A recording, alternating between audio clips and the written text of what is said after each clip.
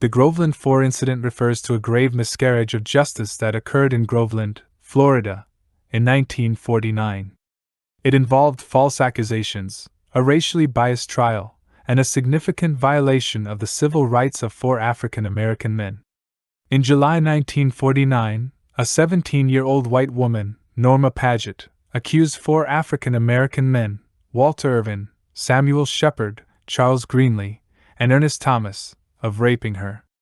The men were arrested and faced serious charges, with the incident quickly gaining attention in a racially tense environment.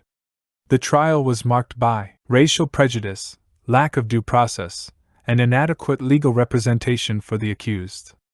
Samuel Shepard and Walter Irvin were sentenced to death, while Charles Greenlee received a lengthy prison term. Ernest Thomas, the youngest, managed to escape before his trial.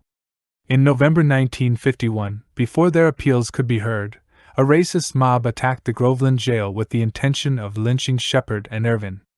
Sheriff Willis McCall, transporting the prisoners, claimed to have shot the men in self-defense, killing Shepard and critically injuring Irvin. Despite the violence, Charles Greenlee's sentence was eventually commuted, and he was released on parole. Thurgood Marshall and the NAACP took up the case, arguing that the trial was unfair and marred by racial bias. In 1952, the U.S. Supreme Court unanimously overturned the convictions of Shepard and Irvin, citing the denial of due process and fair trial rights. The court ruled that the extreme racial prejudice in the community prevented the defendants from receiving a fair trial. Walter Irvin was retried and again sentenced to death, but in 1955, then-Governor Leroy Collins commuted his sentence to life in prison.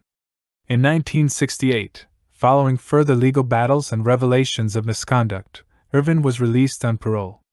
In 2019, the Florida Clemency Board unanimously granted posthumous pardons to the Groveland 4, acknowledging the grave injustices they suffered.